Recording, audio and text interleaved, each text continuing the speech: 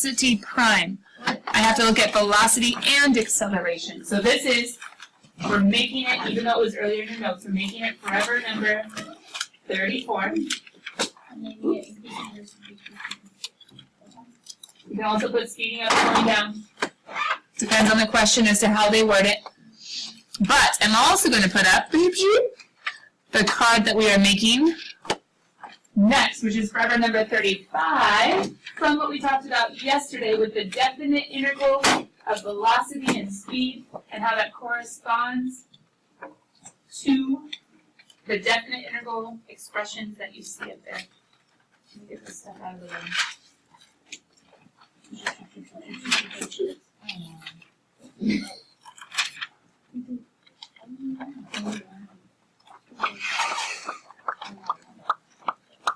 Happy Thursday. T-shirt, sweatshirt, money? Very happy Thursday. Oh, wait, it came in. Oh, you did? Yeah. Are you ignoring me? Arian, did you forget? Arian. Calvin, what about your reminder text? Oh, shoot. I forget. My mother literally refused to give me cash. Kelly forgot Like, to send the reminder text. Well, now I need to remind Is hand it back yet? No, I think hand it back tomorrow. Okay, can someone right now put a reminder in their phone to text Arian? Yes. okay, Arian, what I do I reminder say? in my own phone. Alright, It's really do you want to do Well, you do a reminder too. Do you thought you were going to do a double reminder? Yeah, I got it. Let's do a triple. And you're not going to like let him out of it? You're going to be like, no, go figure out. I when- tried. I You know talked to my what? mom, and my mom's like, "You don't need to buy every sweater." Oh, Like, sure. because Raul has like 6 for you, and I'm like, So it is Raul. It is all his "No, fault. that's what people here call it, but it's Raul." No, it's Raul. Raul. Right? It's Rahul, right? Like he just goes by Raul for like. Right, because it's easier. Yeah. But then, how do you say it? Raul. Rahul. Yeah. Oh my goodness, this part is You never told me that. Cousin's cousin Josue called you a Sue. No way. Never forget. She did. Josie. Because they were trying to explain it, they were like, I was so it's and Josu. Jose combined. Rahul. It's wrong. Did I say it right? It's Raul. Like Raul. I say it, Well, when you say it with full accent, it's like Raul. But well, like at home, like it's like Raul. No, But that's a little bit of like the rolled R and the high R, so it's like. Well, that was a really old. Raul. I know, but I can't do rolling R's. But, yeah, thanks for showing up. I can't. I just, Is it a genetic thing? some people say it's genetic. But I have heard of people that learn how to do it. I'm like, When I Oh yeah, Grace. so I get a little bit of spit in there and then I just do it like, I think that would February is gonna be so good. You guys had me record and now we're talking about nonsense. Come on. I'm playing one game, my children again. Alright, so displacement. Sean will watch it. Displacement. What? Not sure about the rest. What's the other expression for displacement besides an integral? Is there any other way to find displacement without an integral? Yeah. Oh, I tried. Physics people? How do you find displacement without an integral? Is he ignoring me? Maybe. Displacement. How do we do it? Distance. It's distance. Okay, good. It's a change in position between. Exactly. Final position minus initial position. Nicely done. Final position minus initial position. In physics, we'd say like x sub f minus x sub I. Final position, x sub f. Sub with a little subscript. Or it could be x sub 0, like x sub naught. But the idea is final minus initial. Just what's the change in? What's the overall result? So I'm just going to say final minus initial of this height. It could be height, it could be position. When we get to like more applied problems, it could be a change in something totally different besides motion. It could be how much snow fell in the first 2 hours. It could be how much gravel was processed in the first 23 hours. It could be how many people went into the park during the first 3 hours. It could be all sorts of different changes in, all sorts of different measurements of, but still the same idea of the final amount, number, etc., minus the initial. Taking into account the final effect, not necessarily all of the in-between movement. Does that make sense, guys?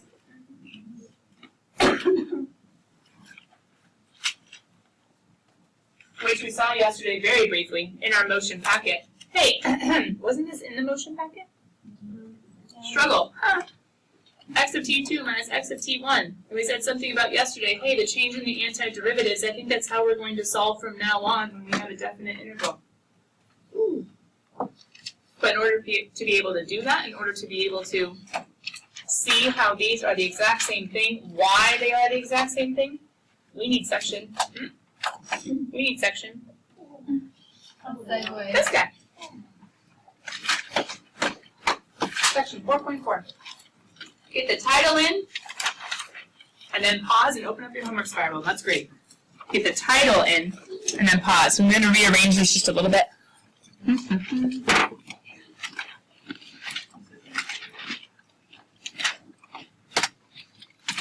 I decided I don't like how this is set up, so I'm changing it.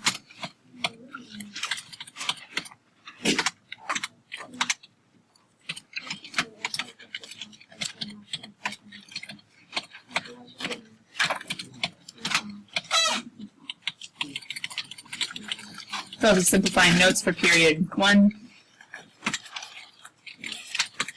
There we go. That's much simpler.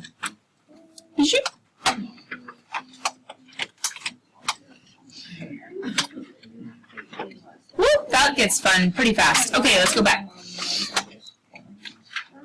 So, still finishing section 4.3. Sorry, you guys were writing the title. I apologize. Let's go ahead and go grade section 4.3. We do have some evens. I would pull up the book, but sadly my computer is once again being dumb.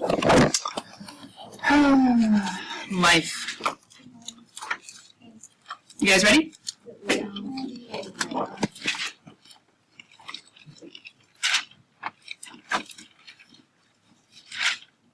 Number 12. How on earth were you supposed to figure out the 1 to the 3 for the bound?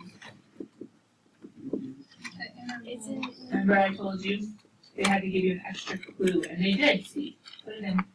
There we go. Number 22, you were just writing, I think this is one of the ones where they showed you the area and you were supposed to write the integral expression for it, right? Yeah. Okay. Tangent was my function. It was in terms of x, so I used the x's, the x bound 0 and pi over 4. Good? Number 28, if you sketched it, y equals 6, and then sketch between -4 and 6. Didn't you figure out that the base was 10, the height was 6, and the area is 60? Yeah.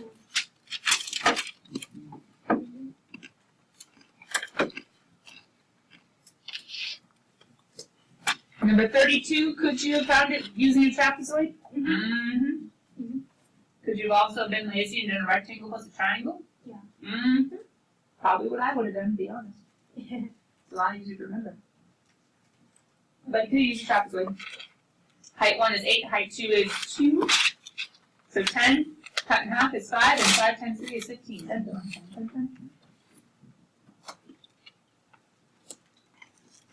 Number 34 was a triangle. Oh my goodness, spoiled rotten. That was the example from our notes yesterday. I have no idea, it's something to do with our board. Wasn't that literally from our notes? Mm-hmm. Are you supposed to have your notes out when you do your homework?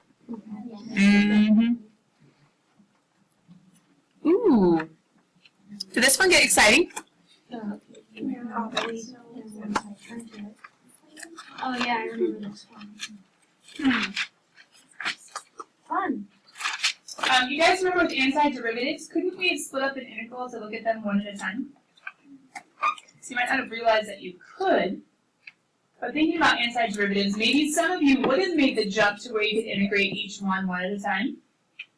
And then you would take the little facts that they wrote up above. The AP loves to do this because you have no clue who the function is. You can't solve it by hand. There's no way. You have to know the properties. But you could have used the 10 and the negative 2 and said, hey, it's 8. But what happens when we have the minus? We still just split it up and we still just plug in. No big deal, right? What was different with letter C? Multiplied by 2. So if we're taking a function multiplying it by 2, it's the same thing as finding the area of the original and then doubling it. You can still think antiderivatives, pulling the 2 out. That's in essence what we're doing. And letter D was just pulling the 3 out. Now this one wasn't that bad. Do you guys have another problem kind of like this? 45. Did things change a little bit more in that one than this one? Yeah. This one, didn't the 2 and 6 pretty much stay there the entire time? So all we were dealing with was, hey, split it up and do them separately. Solve for them separately. Split them up, solve them separately. Pull out the 2 and then plug in. Pull out the 3 and then plug in. But that one, can you guys help me out? How many functions did you have first of all? 3. 3 functions in number 35? Is that what it was? 40. Okay. So you have multiple functions. What were the bounds on those multiple functions? 0 to 5 and 5. Everyone will be able to see this if I do this here. Hold on. Give me a second. Let's go here. Let's go here. And let's go here. Got it. Okay. Number 45. I see it. What are the givens? We're going to go from 0 to 5. Up. Equals. Sorry, dx, right? Equals. What else? Integral 5 to 7. Of. F of x dx equals 3. Anything else? No. Okay. Technically, what function are we given? Just one, right? Looking at f, but what parts are we looking at? 0 to 5 and 5 to 7, true? Okay. Letter A. Just because I'm not entirely sure for those of you guys that even got it right, if you understand why it's right. What was letter A asking? From 7 to 0. From, 0. okay. So 7's on top, 7's on, or 0's on bottom. Just, I was only asking really because if it was the other way, the meaning's going to change just a little bit. So think from when you're reading a book, you go from beginning to end. Beginning, initial, end, terminal, so go from lower to higher. When you're reading an integral, that's just a proper way. But 0 to 7, that doesn't match either of the ones up above. But can anybody tell me how they thought through why, because some of you already looked at the answer, why you just add the 2 together? Ashley. Because it's kind of like, I wouldn't say it's like piecewise, but it's in like 2 different pieces because it's moved 5 to 7. So they're kind of like the same thing if you like put them in 0 to 7. Okay. So Ashley's saying, look, you're going from, and you guys have been thinking about your graphs in area, right? So if you're moving through 0 to 5, then just keep going from 5 to 7. When we're doing things geometrically, can't we like split it up and just add the areas and we have the total area? That's what we're doing. So area from 0 to 5, area from 5 to 7, put them together, it makes sense. So therefore the final area should be, what changes when you have B? It's going the opposite way. Ooh, nice. That's exactly what we were just talking about. So opposite way, it would be from 7 to 0. It's 5. Opposite way of this guy? Yeah. Got it. So from 5 to 0. Struggle. Opposite, math, opposite. What helps us with opposite? And that's exactly what we're going to use. But we haven't technically written down the properties, so if you didn't get that last night, it's totally fine. But opposite, I'm reading the graph backwards. Think of it this way. If we were to do final minus initial, that's the way it should go, right? Final minus initial. If we were to swap those two, are you going to have the same magnitude of an answer, aka the same number of the answer if you swap a subtraction? Yeah, you'll have the same answer. 2 minus 5 is negative 3, 5 minus 2 is positive 3. You have the same 3 in both, but what happens when you switch the bounds the way they should go? It changes the sign. So if going from 0 to 5 is a positive 10, then going from 5 to 0 is going to be a negative. All that changes is the sign. Letter C. Anything more exciting? Oh, we know that one. 5 to 5, have we gone anywhere? No. No, it's like A to A, right? So then it's just going to be 0. Okay, letter D. What's that guy? 0 to 3. Okay, just pull out a 3. That one's easy. What's E? There's no. thought there was another one. There's 49. Oh, this one's 0 to 7. Never mind. Close the answer. Okay. Let's go back into our evens real quick. I think we have at least one more. 62, I think. Trapezoidal. Good job. Oh, we have a few more. Sorry, trapezoidal. You guys check quick. You can see it. Whoa, theirs does not look like an area of a trapezoid at all. What on earth did they do? I don't see a 1/2 base. Well, I see a 1/2. I don't see a base. Wait, what were you counting by? 0 to 8 when n equals 8? 1. Ones. So 1/2 times 1. Well, I guess it could have been out there. Well, where are my heights?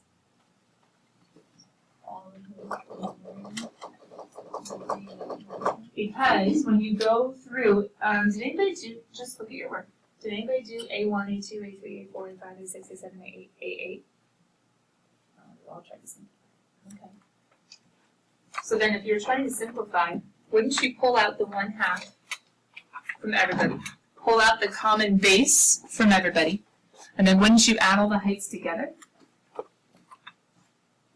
And then yesterday in our notes, didn't we realize, or didn't we look at, I don't want the calculator, I want you. Didn't we realize that when you go rewriting, or trying to simplify how you write the trapezoidal rule, wherever it is, it's back here somewhere. Nope. Yes. Nope. One more. When you try to rewrite the trapezoidal, pull out the 1/2 from everybody, pull out the 1 from everybody. When we add all of these, what happens to the first and the last? How many of them are there? Just one. What happens to all the inside? They all get doubled. So do you guys understand why their work looks like it does? They pulled out the 1/2, they pulled out the 1, but they didn't write it. Then they plugged in the 0. They plugged in the 8 to the cube root of 2. Sorry, to the cube root of x. And they did 2 times the cube root of 1, 2 times the cube root of 2, 2 times, etc. Plug it all in. Done.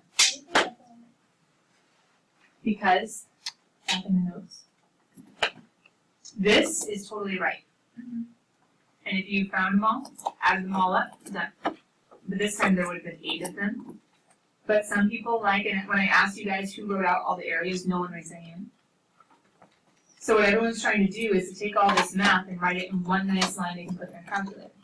The one nice line of their calculator, the common 1/2 says everybody comes out. The common 1 says he can come out of everybody. But then we just have to add all these together. When we do f of 0 plus f of 1, okay, plus another f of 1, oh, there's 2 of them. Okay. Plus f of 2 plus f, there's 2 of them. There's going to be 2 of them of all the inside, but there'll only be 1 because the far left, the far right only gets used in one shape. All the rest get used in 2 shapes. Does that make sense? Yes.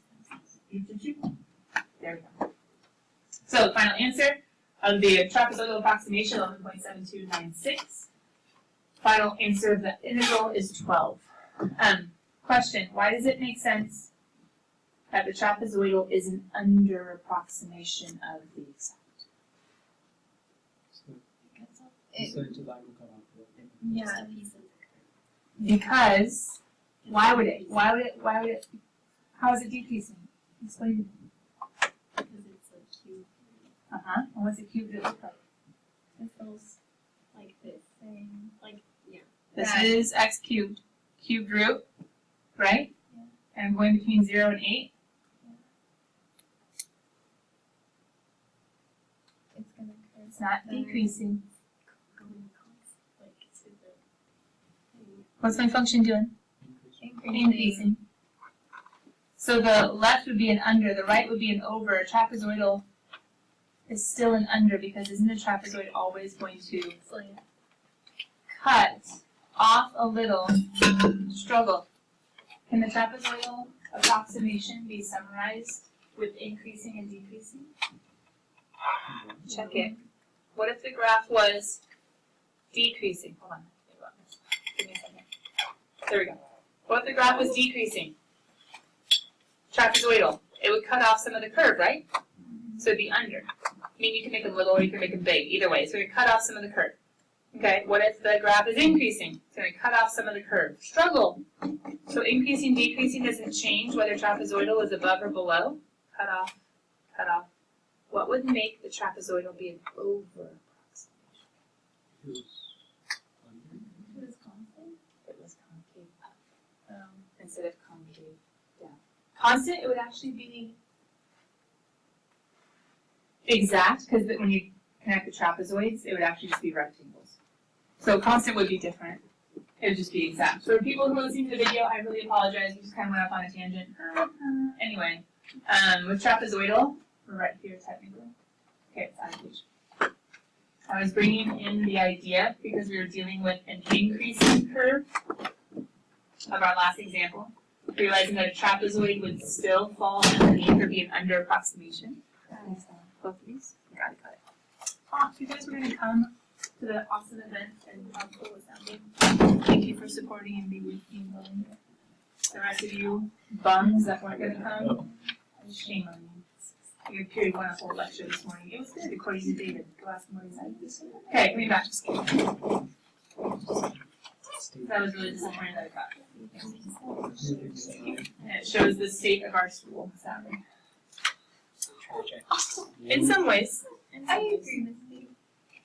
In some ways, it shows the importance of, I'm not doing the whole thing, the importance of the topic that was brought up by the chapel speakers. The topic is important of how dangerous our fascination with technology and social media and interacting with people not face-to-face, how dangerous it truly is. And I think the canceling of this event actually shows that. Because 5 years ago, it would have been packed and kids would have been having so much fun. Now, I know basketball, soccer, etc. had to be gone. I really think that could have made a difference because some of you guys could have gone if you had been here, and I totally get that. I even emailed Mr. Richmond. I was like, oh, if only the games hadn't been, maybe. But it was an awesome idea for an event. Anyway, talk period 1 kids. We had a good talk about it. It was good. Coming back. We were talking about how if a curve is increasing, a trapezoid is going to cut, and if a curve is decreasing, a trapezoid is still going to cut. And so it's like, wait, trapezoids will always be under? Sadly, increasing, decreasing does define whether left and right are going to be above or below upper and lower sums. However, increasing, decreasing does not do it for trapezoids. What does it? Is concavity. Concavity. Depending on how everything goes, I would love to make a card about over and under approximations at the end of the year, because there are many different types of problems where the AP could ask about over and under, so we haven't really done a card about it yet. But I am trying to at least show you ideas along the way. Concavity is going to make over and under approximations. All right. Los Santo, it was an important idea. Thanks for letting me do a quick timeout. I know I was distracted by you guys getting your money back, but once again, something to ponder. Okay. Number 86 was talking about, hey, over and under approximations. Go figure. It's a thing. This is going to be the approximations. It's a Riemann sum of n rectangles, a set amount, not infinite rectangles, but n rectangles. It's going to be approximate. This is the actual. According to the example that they gave, A should have been greater than, B should have been less than. Did they give you a picture or did they give you a function?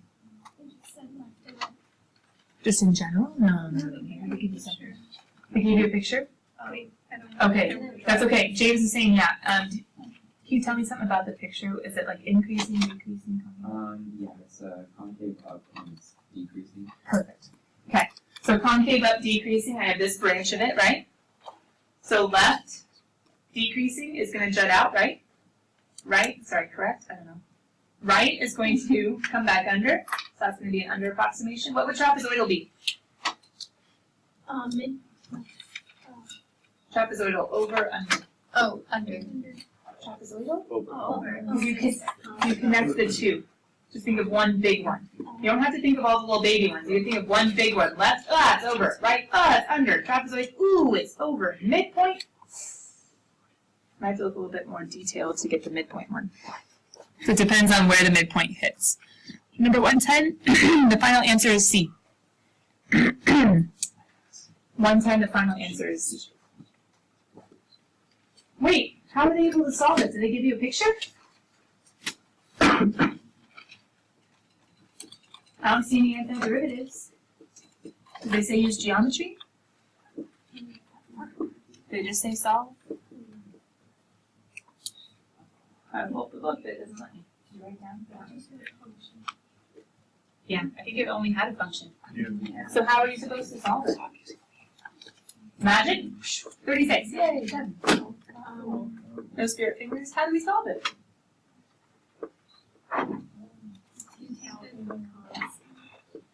Pick up the constant. How do you integrate this guy?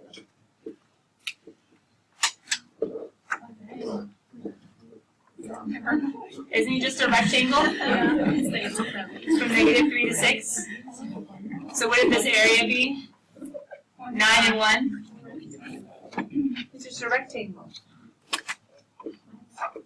How about this guy?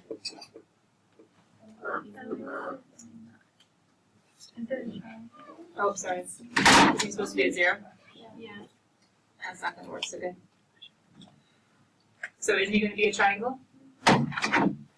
If you were thinking, let's take an antiderivative, good job. You're a little bit ahead of your time, meaning that's section 4.4. But in this section, you could have still solved, even though we haven't technically, I haven't taught, the book hasn't shown you the whole idea of solving with an antiderivative, a definite integral. You could have still used geometry from -3. Wait, how would this one work?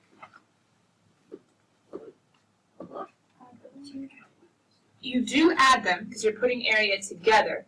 The struggle is, remember how we talked about that velocity curve, the one in worksheet number 2, example 2? And how the area above is what kind of displacement? To the positive displacement to the right, because whenever the velocity is above, the thing is moving to the right. So since it's moving to the right that whole time, it's going to be displacement to the right. And then when the velocity dips below the x-axis, velocity is now negative, my particle is moving to the I need to make that displacement be moving to the left or taking away from the positive displacement. How do I take away in math? I subtract. So this area is going to be a positive area, and this area I need to make negative. I'm not sure how much we've seen that yet. So therefore, when I go to take this one, it'd be a base of 6 and a height of, plug in, 6, right? So 6 times 6 is 36, cut in half, that's going to be 18.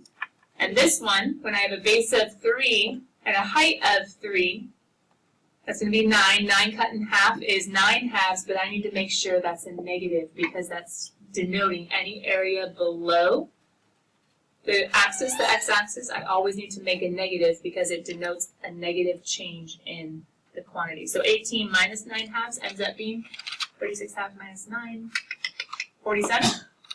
No. What am I doing? 27 halves?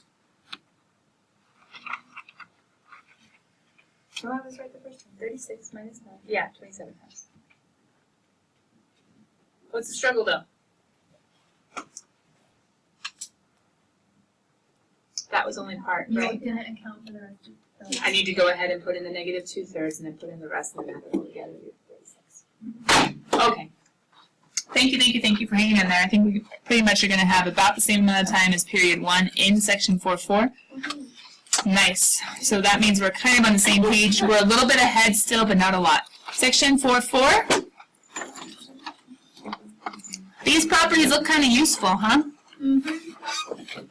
Let me get this on a separate page. That way we can see it a little bit clearer. Let me just control X that. No, I don't think we're going to make it a card. Okay.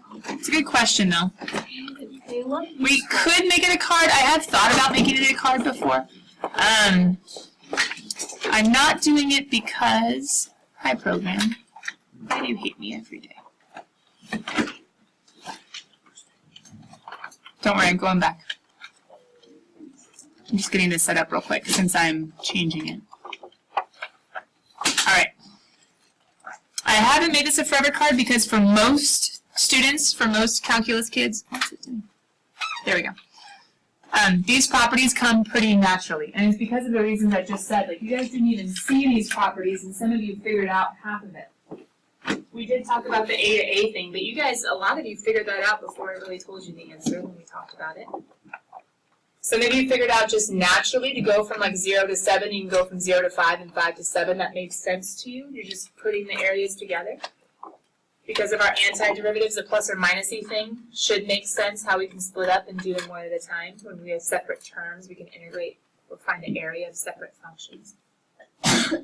Pulling the constant out, same thing. The only weird one, I would say, it's not necessarily weird, but is tricky. People do forget it from time to time. Is number 2. It's the only kind of tricky one, I think. Otherwise, definite integrals, the nice thing is we've talked about them quite a bit by now. Between the motion packet and our notes. There was that great question yesterday that you guys asked as far as what is a definite integral, what makes it a definite integral. So a quick recap of definite integrals. To solve them graphically, they can only be solved with geometry if possible. And we talked about yesterday when it's possible. When is it possible to solve with geometry? If the shapes are geometric, which means the functions are going to be either linear, whether it's a constant, whether it's this, or whether it's that, like a linear. The only exception to that would be a vertical line, but wouldn't that be an A to A sort of situation where it's not going anywhere? So any linear function that's not vertical, or what's the only other type of function that we can geometrically deal with? Okay, absolute value, which is technically a piecewise of a linear. So it kind of goes back, but yeah, a piecewise of a linear would also work. But what else? I heard it here somewhere. Circle, circular. And how do you recognize a circular portion? It can't be the whole circle. Square root of r squared minus x squared. So constant minus x squared, always going to be a semicircle. I guess it could be the bottom of the semicircle if it was a negative square root. But. So geometry only when possible. Approximate we can do no matter what to any sort of curvature that we might have using left, right, midpoint, or trapezoidal Riemann sums. And that's what that protocard number 33. Protocard number 33 is about, with the area of a rectangle is base times height, area of a trapezoid, 1/2 base times height, 1 base height 2. Bases are delta x's, heights are function values. But this is the question that all of section 4.4 deals with. How do we solve it? Find him. Or algebraically, or using antiderivatives. Yeah. For number 4, does that say from C to A? Integral from C to A? Or is that a G? From A to C, technically. Yeah. So to go from A to B, I go from A to C, and then C to B. Number 4 can get tricky too. Maybe I should put a star by him. He made a lot of sense to those of you guys that were talking about it just a second ago with the 0 to 7, 0 to 5, 5 to 7. It's going to get a little bit more exciting if we were to go from, it's technically period 1 stopped here, but we're going to go further. Let's say I was to have the integral from 0 to 7 equals 10. The integral from, let's do 3 to 7 equals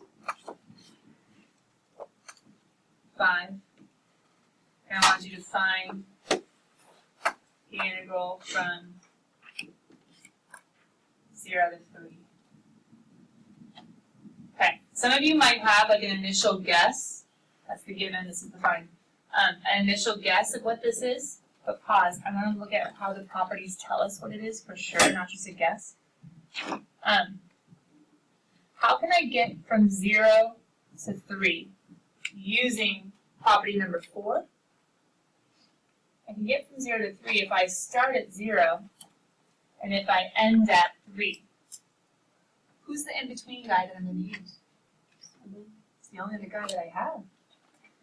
But wait a minute, how can I use these to help? Is this true? If I went from 0 to 7 and then 7 to 3, I would get from 0 to 3? Yeah, property 4 says so.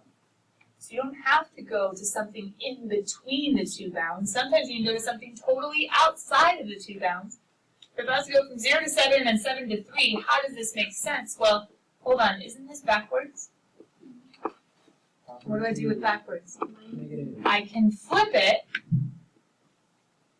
and make it the right way. So, how many of you guys guessed that we were going to subtract? Does it make sense we were going to subtract? this is the whole, this is a part, I want the other part, I better do some subtraction.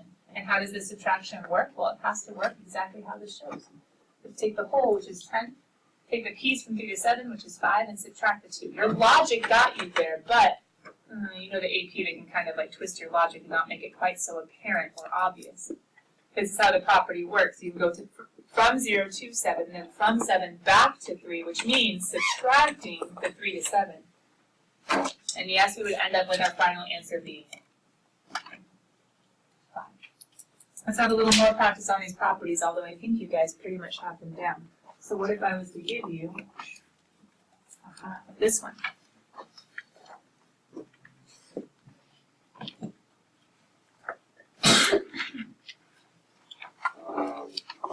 You guys okay for me to zoom in on the example so we can all see it?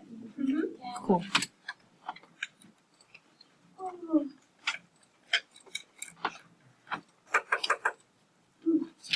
So you're given the integral from 1 to 4 of f of x dx is 2. Integral from 1 to 4 of g of x dx is negative 10.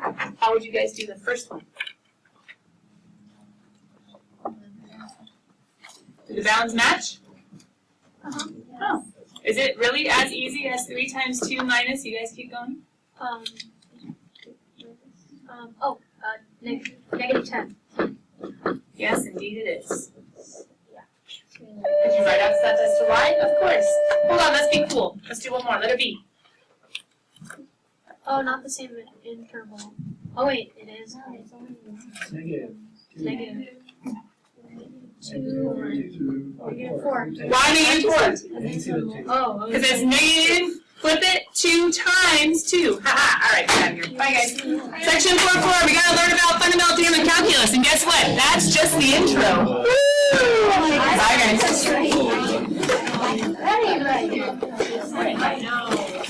Oh, because it's at the top, it's from 4 to 1.